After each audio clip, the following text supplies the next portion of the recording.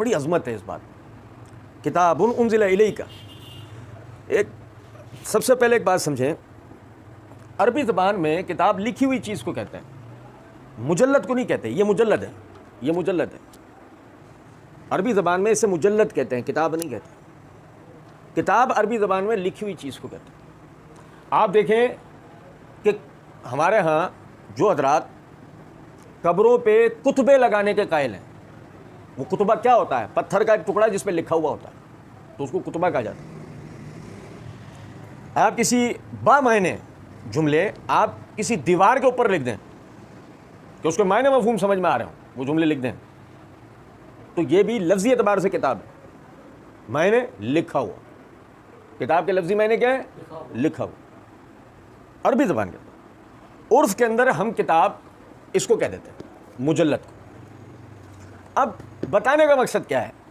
قرآن میں جہاں کہیں بھی نبی صلی اللہ علیہ وسلم کے اوپر, یعنی کہ جہاں بھی اس طرح کی آیتیں ہوں کہ جس میں اللہ رب العزت نے یہ کہا ہو کہ ہم نے تم پر کتاب نازل کی ہے, تو کبھی یہ نہ سمجھیں کہ اس سے مراد کوئی صحیفے یا مجلدات ہم پر اترے.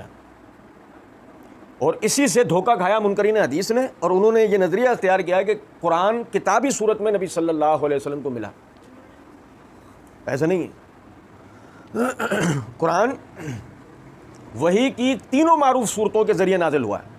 اللہ نے نبی صلی اللہ علیہ وسلم کے دل و دماغ کے اوپر وحی نازل کی, فرشتہ آپ کی طرف بھیجا اور اس کے ذریعے کلام کیا, اور پردے کے پیچھے سے اللہ رب العزت نے آپ سے کلام کیا. پردے کے پیچھے سے مراد یہ پردہ عورت والا پردہ نہیں, یہ پردہ عرف میں مراد غائبانہ, جیسے موسیٰ علیہ السلام سے کلام کیا تھا, بالکل ایسے نبی صلی اللہ علیہ وسلم سے کلام کیا. تو وحی کی یہ تین معروف قسمیں, اور یہ تینوں معروف قسموں کے ذریعے اللہ رب العزت نے وحی نبی صلی اللہ علیہ وسلم پر نازل کی ہے. اسی میں قرآن مجید ہے, اسی میں احادیث مبارکہ ہیں.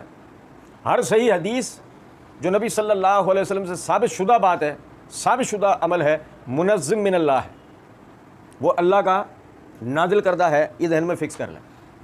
کتاب انزل الیک, اے نبی صلی اللہ علیہ وسلم, ہم نے آپ پر کتاب, تو یہ کیا ہے؟ یہ عرف میں معنی کیے جاتے ہیں کہ ہم نے آپ پر کتاب نازل کی. تو کتاب سے مراد مجلد نہیں ہوتا.